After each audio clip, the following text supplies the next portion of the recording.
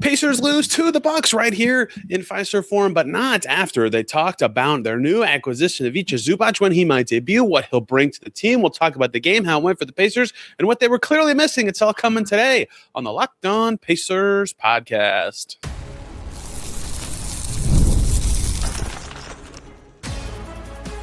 You are Locked On Pacers, your daily Indiana Pacers podcast, part of the Locked On Podcast Network. Your team every day. What's up, everybody? Happy Saturday/weekend, and welcome into another edition of the Locked On Pacers podcast, where we, of course, talk about the Indiana Pacers. As always, my name's Tony East. I cover the team for Forbes and Circle City Spin. And today, still in the Fiserv Forum, they're taking down the Bucks court. A Marquette one is coming up. Cam Jones will come up, and we have a lot to discuss. The Pacers played a game against the Milwaukee Bucks. They lost that game. And Ivica Zubac, the topic of discussion today with Rick Carlisle, with the players. When's he going to debut? What's this all going to look like? And we have a lot to get to today, as all of it happened right here. For the first time, players spoke on the record since the trade. Carlisle, of course, speaking again. And we'll start with Zubac. The big story, Zubac, I need to practice saying his name better, for the Pacers is obviously when he'll play, what this all means, and it's kind of an interesting time. Kobe Brown is, of course, a factor in all of this as well. I do not want to overlook, but you know, he's kind of in this weird spot where Zubac just had a child. Him and his I don't know if they're married or not. So him and his wife/girlfriend had a child, and that's why he missed the last game for the Clippers for personal reasons. And so he is not with the Pacers here today. Kobe Brown was not here either. And I asked Rick Carlisle pregame when he thought that they might see him or have him. And he said perhaps next week in New York, but physicals still have not been a thing yet. I believe the Clippers said that they play tonight. They're playing the Kings, that Mathurin and Jackson would not play for them, but they could play in their next game against Houston. So there's still something that has to clear for that actually to be done. But Rick Carlisle did mention that something that might be maybe a delay, maybe a holdup, I don't know the perfect word, is an ankle injury that Zubac suffered while playing for the Clippers in December. He missed some time with that. He's played a ton of games since, right? So perhaps they've identified that it's not as good, or he was playing through pain and they want him to get to 100%. Perhaps there's some other potentially very obvious benefits for the Pacers taking their time with this, of course. But that might delay his debut for the Pacers, is what we found out today. No other issues beyond that. But look, it obviously behooves the Pacers to not have him play all the time down the stretch of the season, right? They're now very incentivized to finish with a bottom 3/4 record for the best possible chances of keeping that pick and getting him. But I do think it does matter that he plays a little bit at least, so they can see him with Siakam, so he can get a feel for their system and be ready to go. Because look, he's a terrific player, but knowing what he is, what he's good at, what he'll be able to bring to the team is of critical importance. And seeing it, giving him reps is the best way to do that. At what expense is, of course, the question the Pacers will have to answer. But anyway, I would not expect to see him play, certainly when they play the Raptors tomorrow. And we'll see about the New York games with, how they're going to handle his health and things of that nature. But Kobe Brown does not sound like any health issues there. So once he joins the team, perhaps he could play right away. They can at least get a look at him, right? There's very little feel for what he is, what his ceiling is, what he'll be able to provide the Pacers. But it's something new. It's something for them to obviously identify. And I wanted to talk about something else conceptually with this trade that I thought about today. And then I want to talk about what Pacers players said about it. And that is, a player got traded from the Wolves to the Bulls at this deadline. It was Rob Dillingham. And he is relevant to this exercise because there's kind of a long string of very Pacers adjacent things that happened with him that are kind of relevant to how you could think about the next couple weeks, months, whatever, for the Pacers in their record. So the Raptors had a top 7 protected first-round pick in 2024. They finished with the 8th worst record. So they needed lottery luck to keep it. They didn't get it. They got the 8th pick. And so it went to the Spurs as a part of a Jakob Poeltl trade from years ago. And so the Spurs had the 8th pick, and they traded it to the Timberwolves. So first of all, the 8th pick, that is one that the Clippers could end up with. What do you think the value of that pick was?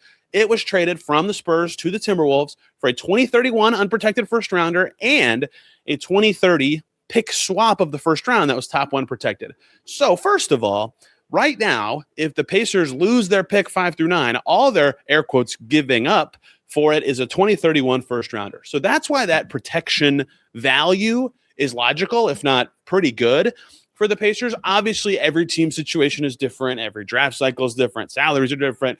There's so many different things. This is not a vacuum in any ways, but the history precedent of that does suggest that that is at least similarly valued by NBA teams. And in the end, Dillingham obviously did not work out, but I think that's a very telling valuation of this trade and what's at stake for the Pacers. And of course, also revealing that getting the 8th pick and trading it for a future pick, the Pacers should probably not be angling for that, as the Raptors tried not to, but failed in doing so. So I just wanted to touch on that because I thought it was interesting historical precedent. We also got to go talk to Pacers players about the trade, their new teammate, and viral blown up clip today. Everybody remembers the game, right, where Zubac, when they were playing, the Clippers Pacers were playing in LA, and he had 31 points and 29 rebounds, just a monster game. I mean, that's something he is capable of. He's one of the best rebounders in the NBA. His touch around the basket is phenomenal. Everybody remembers that game. The Pacers had no answers for him in any aspect of the game. And there were about 4 minutes left in the game, and it's very obvious that he is chasing a 30-30 game. And he has 5 fouls. And we hear from TJ McConnell today about this play because Zubac describes on a podcast with Paul George that he's trying to block a TJ McConnell shot and get the rebound, because what a cool way to get the 30th rebound. But TJ McConnell told us today that Pacers assistant Lloyd Pierce reminded him and everybody, hey, he has 5 fouls. Let's attack him in the pick and roll. And lo and behold, they fouled him out, and he did not get the 30th rebound. So I'm sure that will come up a lot. TJ joked that he owes Zoo a bunch of bottles of wine for that play, but that is obviously something the team is very familiar with and a skill set that they are very, fond of because of how well he has previously played against them, right? So we had to talk to Aaron Nesmith, Andrew Nembhard, and TJ McConnell about Zubac, what he'll bring to the team. And some of it is the standard stuff you'd expect, right? Nesmith, immediately his mind went to, I think, what everybody has said first, rebounding, which he's very good at, right? Led the league in total rebounds previously in his career, led the league in offensive rebound percentage at one point in his career. Big body. If the ball is close to his orbit, it's in his hands. The possession battle is so critical. I make a lot of points about that. Rick Carlisle likes to talk about that. That will be a boon for the Pacers. And defense, of course, 6th in Defensive Player of the Year last year,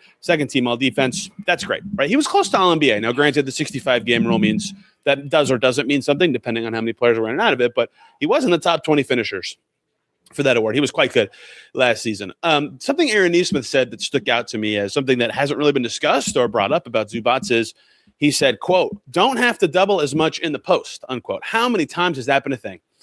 Do you remember? I'll pick one game from this season, and maybe Zubac won't be guarding this player all the time, but Paolo Banchero just lit the Pacers up, and they had to double him in the post so much. And maybe Zoo can't hang with him on the perimeter all the time, but there's so many bigger forwards or large guys that the Pacers do at some point in the game have to do that. Stunt down on post ups or send 2 to the ball to get that player off, and someone else is open or rebounds are easier. They couldn't double Şengün because of the rebounding part.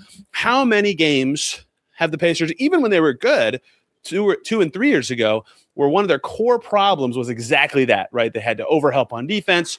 They had to overcorrect because of their lack of rebounding. He helps tremendously in that specific way. Nesmith bringing up the 31-29 game. He said, I'm sure Zubac will bring that up quite a bit. Andrew Nembhard, we asked him about his new teammate, of course, and he also shared that he talked to Ben Mathurin right after the trade at the Pacers practice facility, and they were in the same draft class, right? They came up with the Pacers together, and they both got better with the franchise. But Drew, when asked about Zubac, mentioned rebounding, physicality, and rim protection. How about that? The stuff that you're going to hear everybody say, the very critical things to have at the center position. And the physicality part, I think, is getting overlooked as like partially why he'll fit potentially well with the Pacers. I mean, in the playoffs last year, how many teams talked about that as something they dealt with that was an issue against the Pacers? They couldn't handle the physicality. They struggled with this or that, and it was a big part of their identity is being able to play fast and physical. That's a hard balance to strike. The Pacers did very well with it, and Zoo can certainly fit in that way for the way that they play, bruising sort of center. And Nembhard also mentioned one-on-one defense, less double teaming required, especially in the post. Zubac will be quite good in that way. Jamal Collier was here from ESPN tonight, and he asked Andrew Nembhard about the change that will come from something I mentioned yesterday, and I'll laugh about it in the second segment. The spacing change. I can't talk. That comes. If you can't tell, if you're not watching on YouTube, I'm recording this very different. I have a wireless mic, so my hands can all move, and it's just all different. Nembhard was asked about that, and he said he's not necessarily sure how it'll be worse spacing, but just different dynamics, right? He's a good roller. That always opens things up. Kalen Cooper has that stat about how often he gets tagged on the roll because he's such an efficient finisher. Guys have to stunt over so he doesn't have easy shots. Hey, if you're Tyrese Haliburton, you can throw a skip pass. There's going to be a lot of with somebody like Ivica Zubac rolling to the basket. And then, of course, TJ McConnell reminiscing on that moment with Lloyd Pierce that fouled Zubac out of that game. Same things. He said the rebounding. He said screen setting. He'll be one of the best screen setters I've ever covered. Domantas Sabonis, of course, certainly up there. There's been other good screen setting centers, but Zoo will be in that group. And TJ mentioned him with everyone, right? Obviously, it's so natural to go, wow, his fit with the starters is excellent. And it is. But how often did Miles Turner occasionally get minutes with the bench? Zubac is going to have that also happen. He might actually be quite a good partner with TJ McConnell, although they will. I think those two are the two that might run into each other with what their strengths are around a screen. They'll have to figure out the best way for that all to work. But good locker room vibes from this. McConnell described today like that the front office is looking out in the best interests of the team, and that is the Pacers' opinion of their new center, Ivica Zubac. No comments on Kobe Brown because we didn't ask. That's on me more than anything. So if you were looking for that, I apologize. But it doesn't sound like either of them will be playing on Sunday for the Pacers in Toronto, and then we will see after that. I will be in New York next week, so if either of them or both of them debut, I'll be on site. Hopefully I can record it like this, and I'll talk about it, and I'll find the fun and all that. But that's the latest on the trade, and I wanted to talk about that pick value because I thought that was very telling that the Pacers actually, according to precedent, got pretty good value out of that swap and Rick Carlisle's comments. Now let's talk about the game that was played right here. I turned the wrong way. Right here on this being taken down Fiserv Forum Court. The Pacers losing this one. 2 dreadful offensive quarters. What happened? Why couldn't they score? What did they figure out late? And notes on Cam Jones, Andrew Nembhard, and much more. That's coming up next year on Locked On Pacers. But first, everybody, I need to talk to you guys about DoorDash. The season is heating up, and DoorDash has a way to keep fans in their bag the whole way through. Whether you're watching the highlights, the tunnel fits, or your favorite player, DoorDash makes the entire season more fun because every player has their bag with DoorDash. Fans have one too. DoorDash keeps your snacks stocked, your gear fresh, and your watch party vibes absolutely on point. There are nights when your team stresses you out. DoorDash has become your post-game therapy. Sometimes you just need dessert now. Those late night interviews hit. Suddenly, you need chips at midnight. Boom. DoorDash can help you with that. The group chat says pull up. DoorDash makes sure you're not showing up empty-handed. You can bring cups, a phone charger, snacks, whatever, for that friend that's always at 2% battery. From tip-off to overtime, stay in your bag and order on DoorDash. Get snacks, drinks, gear, whatever gets you through the season delivered right to your door. DoorDash in your bag all season long. Back here on Locked On Pacers, thanks for making us your first listen today and every single day. Your second listen, of course, Locked On Bucks. They win without Giannis. He's still on their team. They're celebrating him before the game for being an all-star starter. A lot of cheers from the crowd. And hey, the NBA trade deadline is over, but you can sign up for the Everydayer Club to stay informed and get more from Locked On, a group chat to keep up with the chaos of your favorite team. There's their Discord for Pacers fans and national chats. You can keep up with all the trades and everything like that. Ad-free versions of this podcast. Check it out. It might be for you. The Everydayer Club link is in the description for more. So let's talk about this game. Pacers losing to the Bucks by 699-105, allowing 105. Thumbs up. Good job, Pacers. Defense very good. Scoring 99. Down, that's very poor. 18 points in 2 different quarters for the Pacers. That's 36 in those and 59 in the other 2. So they had 2 very competent quarters. They started the game very well. They went small in the fourth quarter. That group continues to thrive on offense. They get good movement with players. They get good movement with the ball. That's obviously very awesome for the Pacers. So they're still figuring out sort of when to use small ball, the limits of it, because the Bucks have started Jericho Sims and Miles Turner, and they have Bobby Portis. You're not going to start small against that, but it did work in this game.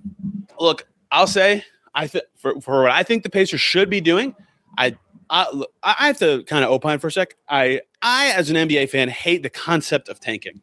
I also recognize that the situation the Pacers are in and have put themselves in, two factors of this, means that finishing with a bottom 3 record certainly behooves them. And tonight is close to a perfect game in that way, where they have some successes from young players. They experiment with some young players. We'll talk about Cam Jones. And they have some great stretches, and they still lose the game, right?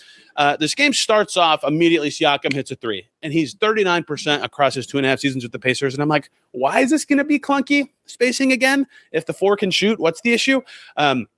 I already went through this yesterday. Siakam's been an all-star playing with centers who can't shoot, but it just drives me crazy. It feels so lazy and reductive to talk about it like that. But the front court was cooking early. Jay Huff was great early. Pascal Siakam, they score all the first 10 points for the Pacers. Finally, a guard scores way into the game. It's Cam Jones, but it was all front court. Pacers are up big. Big was working for them early, but it was a game of runs. And when the Bucks hit back, the Pacers had no response. Their offense wasn't there. And the runs came from good transition play in this game, I felt like, right? And in a game like this, when both teams are missing really good players, Zubac, Haliburton, top end among the Pacers players out. Obviously, Giannis is out. Kuzma was out for the Bucks, right? Getting easy chances in transition is generally easier, is a boon for either team. And the Bucks were just better at getting stops, right? The Pacers scoring 18 in the second and third quarter is reflective of that. And that's how the Bucks really got rolling in this game. I talk about feedback loops a lot. I don't need to keep overdoing that phrase, but that was a big part of those 2 quarters. And lo and behold, when the Pacers get going in the fourth and score a bunch of points with the small group, they were scoring, they could set their defense, they got stops, they were the team in the open floor and running. So I'll give the Bucks credit. Their defensive thing that I felt like was so effective in this game was they did a great job keeping the Pacers out of the paint. Their size, their ability to wall off the rim made it really tough for the Pacers to get in there. And the Pacers shot it well early to start this game. That kept them in it. That kept them going. But as the game progressed, then the shots stopped falling and they couldn't get in the paint as much. And Andrew Nembhard was having an off night. He's very key in these kind of games. They couldn't get there. 38 points in the paint for the Pacers, among their lowest scoring games this season. And so as the game flow kind of went that way and the Bucks surged, they just found more room on the floor. Right. My big takeaway, if I just had to do a podcast about the game and not Zubac, I would have said that to me, the court felt smaller for the Pacers and the Bucks. Like the actual half of the court the Pacers were playing on literally felt smaller. They had less room to operate, and some of that's on them and their shooters and their spacing principles. They had different guys out, but they started a group that they're roughly familiar with, right? Siakam's under the basket. He's swarmed by 3 Bucks players. He has to kick it out. And then the other part of this is, well, you could dominate the possession battle. And I don't know how the Pacers only had 9 turnovers. It felt like they had a trillion in this game. They had 9. The Bucks had 11. That was a wash. But the glass was all Milwaukee. 37 to 48 in rebounds. That's a +8 on the offensive glass for the Bucks. So the other way the Pacers could make up their deficit was the rebounding, and that was just such a problem for the Pacers. One point in this game, Pete Nance drove around Micah Potter. That's not great, but no problem. You couldn't help, and no one helped. Pascal Siakam was just like stuck in cement under the basket, and he finished super easily. At that point, I felt like it was over for the Pacers. Their defense didn't have enough punch to get their offense going, and their offense had no punch. And lo and behold, they go small in the fourth quarter. Their starters finally get going. Andrew Nembhard started 1 for something big, a 9, 10, 11, I can't remember. And then he really got going. Rick Carlisle said post-game that, after a very poor first half from Nembhard, at one point in the game, Carlisle talked to him and said, hey, lean forward a little bit on your shot. Like something looked off to him mechanically. And he made 3 in a row, right? He was awesome in the fourth quarter. Nembhard started 1 for whatever I said. I don't remember what it was. And he finished the game as the Pacers' only 20-point scorer, right? He was very good in the fourth, igniting what the Pacers were doing, getting them going. That was extremely crucial to their comeback. That wasn't actually a comeback. They got it within 4, 3, I can't remember, before ultimately falling. But that's how the Pacers lost the game, is they couldn't score. And the transition defense part of this was defense part of this was of much better success for the Bucks in this game. And since that was so thematic and they were better at it, they ended up ahead for basically the whole game. Mid-second quarter on, the Bucks were always ahead, even though the Pacers did certainly surge late as Nembhard got going. He is so crucial to the success of this team when they're absolute best. 2 guys that I thought gave the Pacers problems just in general. Kevin Porter Jr., very shifty, and he could get places with the ball in a way that basically no one else could in this game. Siakam wasn't getting in the teeth quite as much. Nembhard, like I said, struggled until the fourth quarter. Kevin Porter Jr. got there, right? And that gave the Bucks a better floor. They scored more points in the paint in this game.